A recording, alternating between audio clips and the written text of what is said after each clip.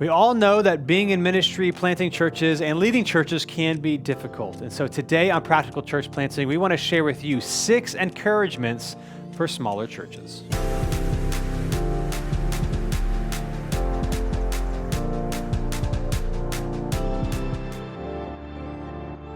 Thanks for joining us again today on Practical Church Planting. Today we're going to be giving you 6 encouragements for smaller churches.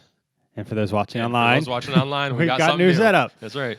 So, got new setup. Yeah, if you're listening to the podcast, come check us out on YouTube. Check us YouTube. Practical Hopefully, Planting. over the weeks or months, we'll add more to this background. Yep. But, we started somewhere. That's right. We are out of the lobby and into a room at the church. This would be fourth location, right? I have no idea. I think so. I think There we fourth go. place that fifth. We used to do it on our stage. That was weird. But, yep. So new space, Smaller but churches. same podcast. Yes. So 6 encouragements for smaller churches. Most people that listen to this are church planters, want to plant a church, and you don't lead a mega church. Yes. So at least we try to make this practical, no matter size, budget, that you can listen to this and at least take a couple of things you could do. Mm-hmm. And so because we know that's our audience, we want to today, one of my things when I talk to church planters or whatever is I want people to feel encouraged that they can do this, because it's overwhelming. You discourage a lot. You have a lot of questions. You have a lot of doubts. And so that's one of the hopes for this, that you listen to our episodes and you're like, okay, I can do some of those things. Mm-hmm. Like, this is not impossible. Yep. So today we want to focus the entire episode on encouraging you, especially coming through this COVID season. If you're a church planter, COVID or not, you have a lot of doubts. And a lot of us, even if things look good on the outside, money's always an issue, staffing problems, just people in your church having stuff that's going on. So we want to encourage you this episode. So here are 6 things to encourage you, encouragements for smaller churches. Now, number 1 kind of refutes our title a little bit, and I'll explain what I mean. Number 1 is this: your church technically isn't that small. So, we could say 6 encouragements for churches, but let's be honest, that's not as an intriguing title. That's true. And we want you to listen to it, and so we threw smaller in there because we want to encourage everybody. Mm-hmm.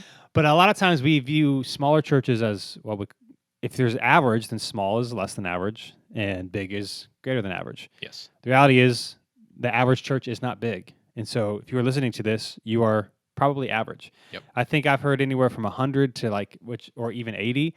But in my anecdotal opinion, I think even 80 is probably higher than the average church. I don't know.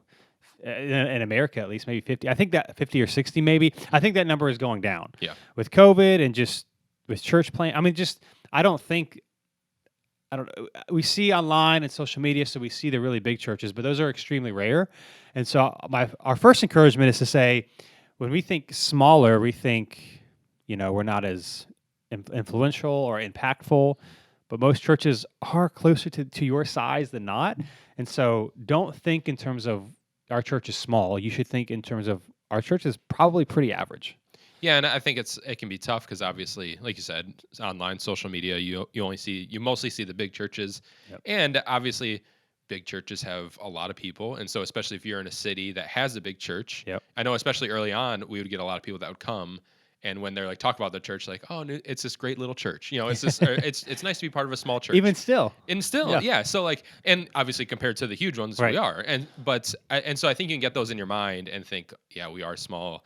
And especially early on for me, sometimes, especially I grew up in a mega church, and Yep. I'd kind of have to give almost concessions of if someone was coming, be like, we are a little smaller, but Yeah. you kind of over time got to kind of get out of that mindset because, like you're saying, we forget how many.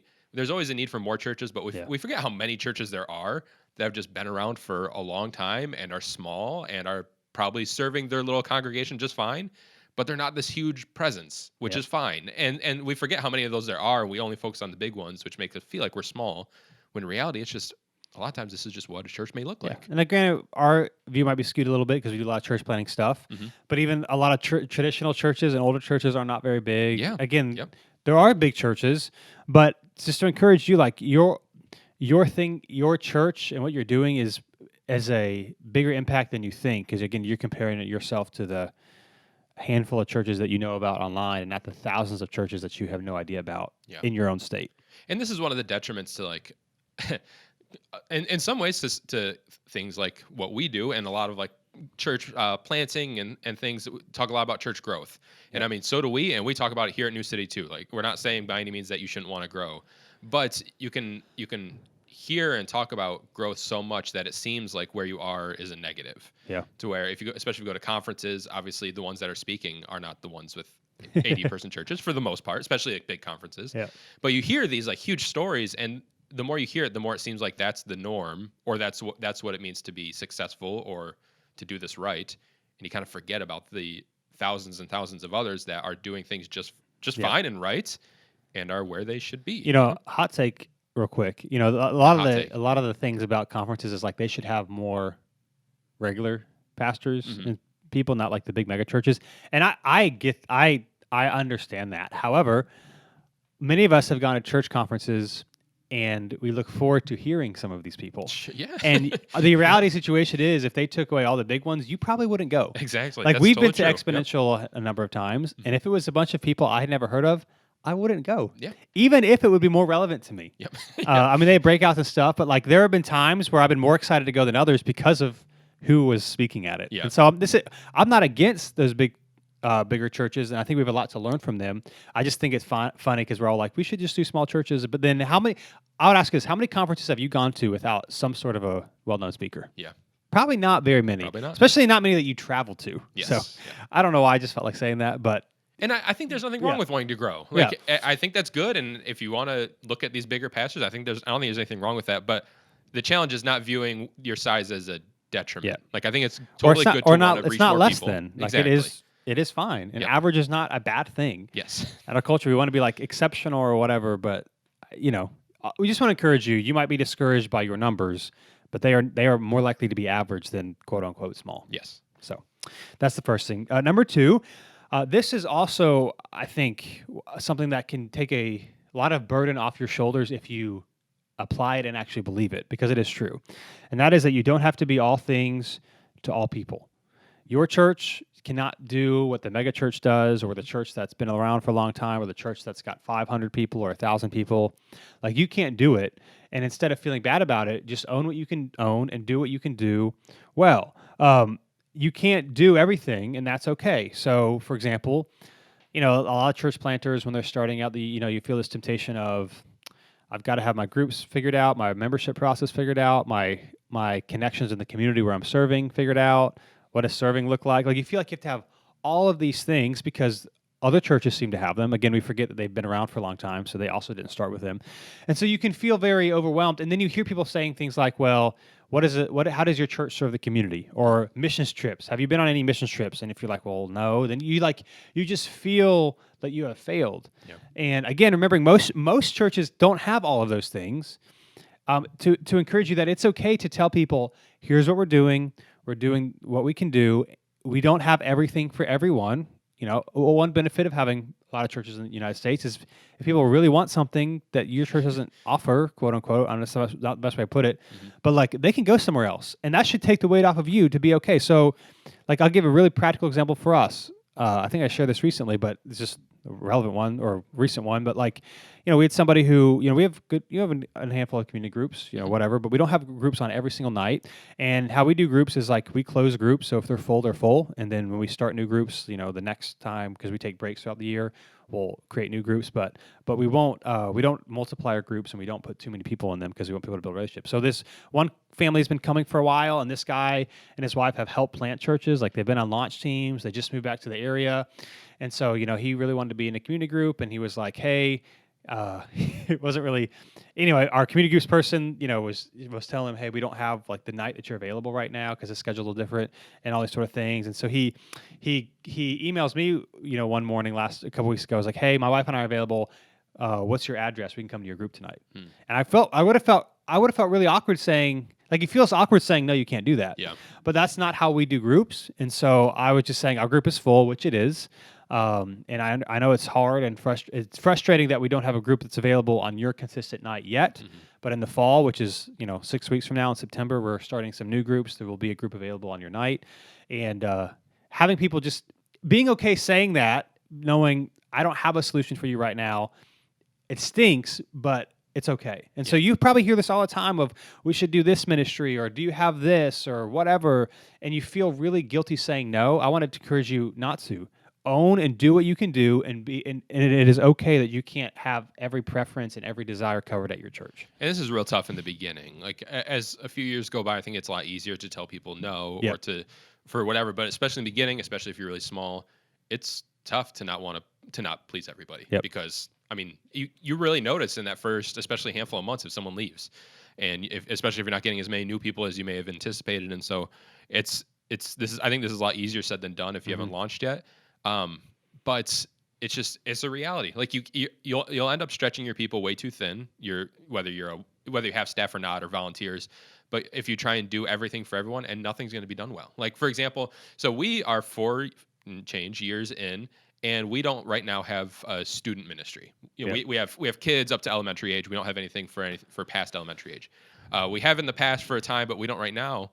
But the reality is we don't have a big enough need to for us to have one Or the person to run it. or a person to run it. Yeah. And so we've had people ask about it, and the reality is we have to tell them like if that's a really strong thing that you need, this just may not be the church for you. Yep. And we can't create something because one person needs it. And that may sound a little harsh, and obviously that's not the way we would phrase it. But I just had a conversation with someone the other day who was talking about their home church before they moved to this area. And their closest friends who they grew up in this church, they went to this church for a long time, and they split off, went somewhere else because they didn't have a youth group. Yeah. And they had kids that age. And it's like, I totally get it. And I mean, I'm on staff here, so obviously it's a little different. But if we went here and we had kids that were teens and there was nothing for them, I'm not saying we would go somewhere else, but we would definitely be looking for something for them outside of there, which is totally understandable. But if you just try and kind of manufacture something for every single life stage especially in the very beginning, you're going to end up with things going kind of a lot of different directions, and nothing's going to be done really that well. Yep. So focus on what you can do, what you people do need, but come to the realization that you're not going to be able to solve the problem for every single person. We also don't have like a missions trip partner thing, like out of the country. Like we went on one a couple times, and with COVID and stuff, it just hasn't been something we can continue. We also everybody says they want to be a part of a church that does all of these things, but then they don't want to do them. So like we don't even have enough people that would go over, want to go overseas at the moment. So like we don't have that. And so sometimes I've had questions of like, so what do you guys do for international missions? And like, we don't.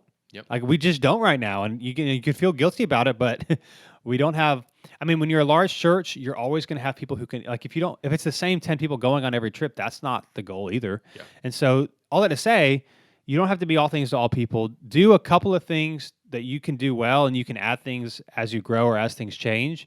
But if you're not a 500-person church, you're never going to offer and do all the things a 500-person church does, and that's okay because there's also strengths about being, not having that many people as well. So. Yeah, and the reality when it comes to things like missions is there is no shortage of great causes to get behind, like overseas missions, local missions. Nonprofit charities, things that are local and distant and huge and small. Like there's every issue under the sun that is good to support, and you can't support them all. And you're going to have people that come to your church that are passionate about something that you can't support.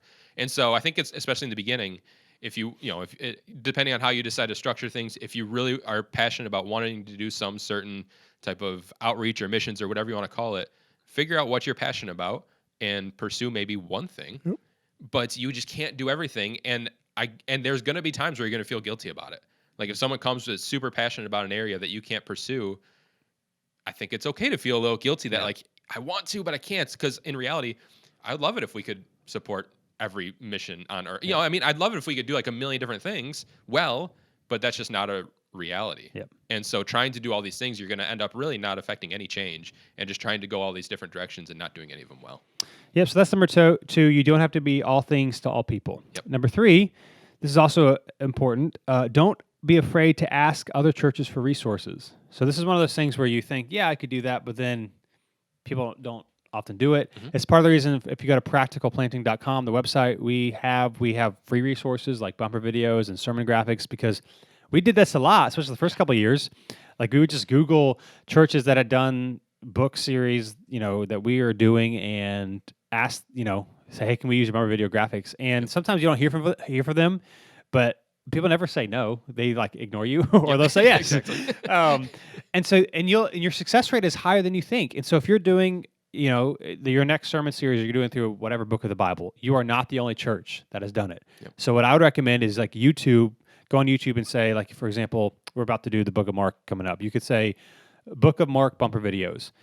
Also use Venmo or not Venmo, Vimeo. Because for whatever reason, I found that sometimes helps more because churches use Vimeo a lot. I found it too. I don't know and why. They don't use YouTube as much, Yep. especially for bumper videos. But just type in like this bumper video, find the church and ask them, say, hey, we're a smaller church, or we're an average church. Of course, that doesn't help. So say smaller. Or if you're a church plant, is it okay if would you be okay with using this? And a lot of times they'll say yes. And so you can go on our website, our Facebook group, Practical Church Planting on Facebook. I mean, anything like, hey, does anyone have not even sermon series graphics, like your membership process, or how do you do groups, or like any systems and structures? Churches have them, and so ask for them. We have, anybody can use anything of ours, and then just change the wordage or whatever for what you're doing. But don't be afraid to reach out and ask for churches. They'll either ignore you or they might say no, and who cares? But you will get more people saying yes than you think. I don't know that I can think of the only no I can think of I've gotten from a church is one that just said for legal reasons we can't share some creative things. And I'm assuming that's because they contract some things out and they technically belong to the creator. But outside of that, I mean, yes, there's some I've gotten no response, but I've contacted people for things like discipleship plans, a million different videos and graphics. And the vast majority, if they respond, say, of course. And a lot of them are excited to do it because, like, especially if you're talking on the more creative side, these people just don't get contacted for these things a lot. So this one guy, I contacted the church because I couldn't figure out, and it is a big church that I expected zero response from. And they had to put me in touch with the person that is in charge of it. I contacted him, and he was like, sent me what we needed. He's like, save my information, anything you need. He's, we've been in a church for a long time. Ask me. We may not have it, but I'll check anything. And so it was cool to actually see someone willing to help. And I would say even take this a step further to ask for things that you don't expect people to give. Like, so our church plant, Adam with Citizens, he got like a ton of production equipment donated. I mean, churches that financially support him every month that honestly, if you ask me, I would say ask anybody. There's no wrong person to ask, but I would have been very skeptical that some of these churches would have said yes, just because of their size and really didn't have really a strong relationship before this. But they do, and because he's a church plant, they want to support. And so there's anything you need, ask. Like, I don't think anyone's going to get offended. You may get no's, which is fine, but you will definitely get a no if you don't ask. And I'll just say this: if you know me, even if you know with the Practical Church Planting, I'm big on emails and responding to your emails because emails come from people. I'm fairly confident there's been probably once or twice where, especially in the early years, we asked for a bumper video, they didn't respond, so we used it. I'm pretty sure that's happened. So, well, what you find is also a lot of churches use it from the same source, so they'll use it from someone else who uses it from someone else. And but like we try to reach out to like the creative person or like the pastor, and nobody responded. So, sorry, I don't know what to say. So I'm not saying steal things, but if people are going to be lazy, then I don't know. Hot take. There you go. Don't report us. But if anything, productplanting.com, we have sermon series and graphics. Use any of them, or just ask a lot of churches because they would be more than happy. And even for production equipment, a lot of churches have, especially old stuff. Might not be the latest and greatest, but especially a lot of bigger churches might be like, hey, you can come and look through. Here are some things. So absolutely. Don't be afraid to ask. Number 4, focus on one issue at a time for a season. So this is also something that overwhelms a lot of church planters, and a lot of conversations I have around this. If there's so many things that I want to do or to improve or to fix or to get better at. And we all know this, when there's a ton of stuff to do, you have a hard time picking anything, and so you don't really do anything. And so here's what I would encourage you if you're in this situation. You're starting out, or you've been going for a while, and there's just stuff you want to change or get better at. I would encourage you to pick make a list of like 5 or 6 things. Let's say 5 things. I want to understand social media better. I want to be a better preacher. I want to structure our groups better. How do you assimilate people into groups? YouTube. I don't know, we just did an episode, a couple things about YouTube. I don't know, like, what are some issues, a discipleship process, whatever. And then pick one of them. And for the next 45 days or 1 month or 2 months, that is the only issue that you focus on. So you do your regular weekly tasks and all that sort of thing, and then you schedule a couple hours each week devoted to this issue. So let's just say it's social media. Even though you're not going to be a social media expert, go to practicalplanning.com. Give us your email. You'll get a free, Church Planner's Guide to Social Media that like actually walks you through what to do. Yep. Spend some time just YouTubing social media for churches. Spend some time scheduling stuff. Schedule some meetings with some people, other churches or whatever. Ask in our practical church planning group, is anyone doing well on social media? Can you talk for 30 minutes? And just learn a bunch about it. And that be your main focus. And then in the next month or two, let's say you want to get better preaching. So you buy some preaching books. We've got this thing we did a couple years ago. Production value is not the greatest because we were just figuring things out, but Content's good though. Content is fine. And so on our YouTube page, just Practical Church Planning on YouTube, there's like that. But like, ask somebody to review some of your sermons, but then also offer to review some of theirs so it's fair. Yeah. Focus on that and just get a little better at it. And then you could do community groups, read some books on community groups, learn how people do their community group leader guide. I don't know, but pick instead, like make a list so you feel better about it and just say for the next month, I'm going to actually in my calendar put a couple of hours each week of I'm going to focus on this thing so you don't feel bad and then you actually can get better at something. Yeah, I mean, pastoring is a long game. I mean, I don't believe you have to necessarily pastor till you die, but like it's not you don't have to get perfect at everything year one. In fact, first year you're not going to be the leader you want to be. There's going to be things you need to improve on. So I think we can have this idea that I have all these things I need to improve on and I got to figure them all out right now. But look, you're in this for the long haul. Like you got time to figure things out. Yep. Work on it, like figure out something, start somewhere, but start with one thing and don't move to the next thing until you're comfortable with the one thing. You don't have to feel like you have to tackle everything and be this great leader when you launch your church at 25. Like you got time to figure things out. So take the time. But if you try and cram everything at once and try and solve all your issues year one, you'll probably end up burning yourself out, or at least just hating the process. But take the time that you need to and learn things as you need to learn them and then move on to the next thing. But don't try and just cram everything in year one and hope that you just develop it into be this just incredible leader just by without taking the time to do it. And if you're overwhelmed by all the stuff that you need to change or get better at or fix at your church, you're probably not doing much anyway because you're just thinking about it. So don't feel bad picking one thing. And you won't feel bad because you've actually focused, hey, I'm okay. I'm not going to stress about not all this other stuff being great. Or I'm going to try to learn or improve, or we're going to get the church to improve in this one area. And at the end of a month or two, it's still not going to be amazing, but it's going to be better than what it was, and you can build from there. And so focus on one issue at a time for a season, and that will make you feel not as overwhelmed with all the stuff that you might want to try to change or get better at. Yep. Number 5, we talk about this pretty often because it's such a struggle for church planters or churches that are average in size, and that is to create a weekly scheduling rhythm that works for you. So again, we can feel, that we have to, whenever somebody wants to meet or anytime something comes up, that we should just, have our like working hours. But if something comes up or needs something, I'm going to change what I'm doing to fix it. And we feel bad if we don't. Like whenever I talk about with these people, this always comes to mind. A couple of years ago, somebody called me. It was like a Wednesday afternoon or a Thursday morning about some issue they needed to talk about.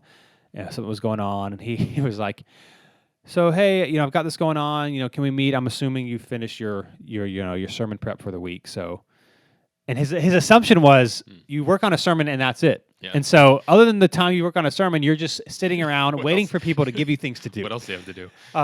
And I get that, especially in the early stages when you're like, I'll meet with anyone, I'll do with anything. I would say create a schedule that works for you. So I'll just give my schedule for just an example, but you got to do what you got to do. Like for me in the mornings, I try not to do anything that's not creative.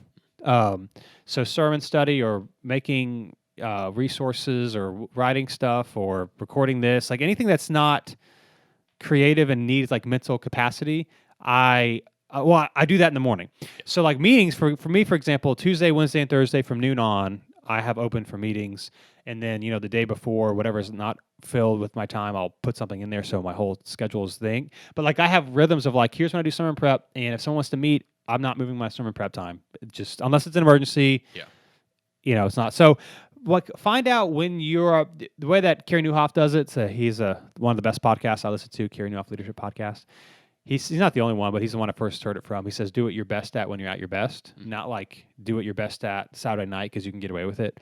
And so find times that where you want to work on things regularly, and then have open times that are flexible for people, but don't feel bad about it. Again, resource we've talked about recently is Calendly. There's a lot of other ones like that are free, which will save you a ton of time. So like for me, it's linked to my Google Calendar. So anytime I want to meet with someone or someone has to meet with me, I just send them the link. It has Tuesday, Wednesday, and Thursday. And of course, if I add something to my Google Calendar, it takes it off that time slot for that week or whatever. And it reduces the email impact. But it's no longer like, hey, what works for you? What works for you? Go back and forth. So find some things that you want to do and do them at the same time every week so that you have habits and rhythms that you can, take you through for the long haul and not feel like you have to do whatever anyone else asks you to do whenever they ask you to do it. Yeah, I mean, we talk about this a lot, but if you schedule your time and tell your time what you want to do, instead of being, if you're proactive instead of reactionary with your time, you can do. This is going to sound. You can do anything you want. Like you can fit everything in. Yeah. I mean, obviously there's anomalies and certain stages of life, and if you're extremely bivocational or trivocational, I get there are some exceptions, but for the vast majority of people, you can do everything you need to do and everything you want to do. Yep. If you tell your time what to do. Just look at your iPhone screen report if you disagree with us. Ugh, the worst. But you can, and that's in a 40 hour work week. Like Yep. that's we're not all advocates of like you need to be 60 hour, whatever, just find more time to work and that's how you fit things in, but you can. And so it does get a little frustrating when people just seem like really overwhelmed or like they can't just do the things, they can't do the amount of things when you're like you can do it. You just have to figure out when it's going to get done before the time comes. Like you need to, even just the day before, if you plan out the next day, you'll get so much more done than if you just show up that day to work. And so so rest assured, especially as we're talking about focusing on one issue for a season and how to like personally develop, if there's anything you want to work on, just tell yourself I can fit it in. I just have to figure out where it's going to fit in before the time comes to do it. And you can. I mean, it's It'll crazy. Work. There's so much you can do in 40 hours. Yes. But what we often don't do is we sit around. We don't have limits on how often we check our email or social media while we're working. It's like 20 minutes. And then it's because we have all these notifications on our phone, we're checking our phone and we're stopping on our train of thought. It's going, getting off track. But I mean, if you would say, hey, like even with the point about focusing on one issue at a time for a season, you could spend 5 hours and like put on your calendar 1 hour a day or 2 hours a day, 3 hours a day here. And you could do a lot, even with just 5 hours a week. I mean, you could read half a book, if not a whole book. Sure. Yeah. And that's only one of the weeks. And then you could, and so scheduling your time, we're a fan of like, scheduling your time ahead of time. So again, for me, if it's kind of flexible, like there are things that are on my calendar every week. And then, like Tuesday, Wednesday, and Thursday, I don't schedule any consistent meetings or anything. So those are open for people. Mm-hmm. But then like on a Monday afternoon or Tuesday afternoon, like at the end of my workday, one of the things that I do is I fill in any gaps for the next day. So, if I meet somebody from like, let's say on Tuesday from 12 to 4, I have meetings open. Like today, I'm meeting someone at 2:00. And so yesterday at the end of my day, I had a 2 or 3 o'clock taken, but I have those other 3 hours aren't scheduled. And so I scheduled what I was going to do. I looked at my task list and put some of those things in there. And it's also helpful too, because you don't have to wonder, hey, it's 11 o'clock. What should I work on next? Yeah. You've already told yourself what you're going to work on. It helps you focus, but limiting, and we've got the other episodes on this about limiting, checking your email and social media and that sort of thing. But if you actually focus during your work time, you can get a lot done, and you can also not have to work all the time and be stressed out all the time because you worked hard when you were working and then you don't do it when you're not. Yep. And especially if you're able to be full time. So like if you are literally 40 hours a week or able to do 40 hours a week, like have a conversation with someone who is bivocational and you'll take out all of your excuses. Like because of people who are like actually trying to fit it in with other things that they have to do and can't get out of. Because there's just like ministry's tough, get it. But like there's so much more time in the week than you give yourself credit for if you have a legitimate 40 hours. And there's just I don't know. There's especially as an average church, if you don't have this gigantic church that you're running on your own, there's not a million things to do. There is a million things to do if you don't plan ahead. If you're just trying to solve every issue, and if you try to be all things to all people. But if you focus on the things you can do and be okay with it. Here's the good analogy. Sorry, I don't think I cut you off. You're good. Okay, here's a good analogy that I think most of us can relate to. Before I say this, I would say I'm not a fan of the whole if you are single or you're not married or you don't have kids, like you don't have stuff going on. You have nothing else to do. Like I don't. Yeah. However, if you have kids, you know that you have to get the same amount of stuff done, but you don't have as much time because you have kids. And Yep. so, you know, when you get off work, you can't relax, quote unquote, until bedtime. Like you can't do what you want to do. And so, but you still have the same amount of responsibilities as before kids. And yet you Yeah. somehow, with less amount of quote unquote time, you still get the stuff done because you learned to do it. And so that's kind of like this. Like as long as you learn how to do it, you can get more done with less quote unquote time Hmm. because you've just been more focused in what you're going to do or when you're going to do it. So, Last thing I'll say on this is I always felt, especially from the beginning, because so we raised support for our salary, and I assume most people listening probably have done that too. But I felt that if my time wasn't being used efficiently, if I was just kind of showing up, doing what I wanted, not getting much done, I felt like I was stealing people's money. yeah. Like I felt like I had and I don't, maybe it's not always the healthiest as or a point of view, but I felt like if I wasn't not just working like, working myself to the bone, but I felt like if I wasn't being efficient and getting things done and doing what people expect me to be doing, that I was taking their money to do nothing. Yeah. So that may seem a little harsh, but that's one thing that helped shift, especially early on, because it is a little, especially in the beginning. It's if you've worked like regular jobs in your life outside of ministry, a lot of times, especially if you're kind of the lead person, it's a little less structured. You're in Yeah. charge potentially, and you don't have someone kind of telling you when you have to show up, when you don't Yeah. have to show up. So it's very easy if it is your first time kind of in that world to accidentally get a little bit lazy, if that's the right word for it, or comfortable and not work as hard. And so I felt like if I was doing that, and like I felt I've told this to people before. I felt like if what would I do if everyone who was supporting me was sitting on the couch behind me while I was working all day? It's probably not the healthiest point Yeah. of view, but like, but I wanted to. I did want that mindset of like people are trusting me with their money, that they believe in what I'm doing as a career, what I'm working on, and so I feel like I owe them to at least put in the effort to use my time wisely. That Yep. doesn't mean I'm going to work 60 hours a week. That doesn't mean I'm going to like sacrifice my family. But in the time I tell people I'm going to be working, I think I owe it to them to work. Yep. And so this is the one way to do it, to not waste your time and to actually schedule what you're going to be doing. Yeah, so I would say if you want, here's extra credit. I don't know the numbers because we have so many of these, but we have episodes on productivity and focus, Yep. and even on my site, if you go to dylandotson.com, you can get it's a PDF I've created called "Shave 10 Hours Off Your Work Week," and to me, it's not hyperbole. Mm. I'm using that word Yep. a lot lately. Like I'm legitimate. Like you could hear, I'll send you 10 practical things that you could do like today to make a big difference. Things that I've noticed that when I was unstructured, wasn't paying attention, wasn't. Now I can do a lot more with the same amount of time just because I do some simple focus hacks. So Yep. you could get that resource there as well. And then lastly, the last encouragement for smallers, but if you're still listening, average churches is this: to remember that you have nothing to prove and no one to impress. So this is what we say often at New City. Got it from some Acts 29 stuff that we were a part of. That if you're a follower of Jesus, you have to couch it in those terms, but you probably are if you're listening to this. Mm-hmm. You have nothing to prove because Jesus proved it all for you and for me, and you have no one to impress because God himself, if he looks at you as blameless and righteous and holy and loved, then who do we have to impress? Now, of course, this is not it doesn't matter what people think, so I can be a jerk. Mm. Obviously, it's not that, but Yep. it's like we don't have to prove anything to anybody. We don't have to impress anybody with the size of our church and how much money goes to missions and how many hours we spend serving the community. You do what God has asked you to do, and that is the most faithful thing. And I know it's the church world, so like we say this, but we forget it a lot because it's so easy to go online and see all the churches that are doing amazing things, or learning from others and say, I wish I could do that, or I wish our church was that, or I wish I had this staff person or this building. And then we forget where there's nothing wrong with wanting to get better and wanting to do things better to impact more people, but hopefully it's not from a sense of I've got to validate myself. It's a sense of I am validated, but I want to do these things purely to make a better or more healthy impact. But it's not because I have to earn and show people that I am a great pastor or we have a great church or anything like that.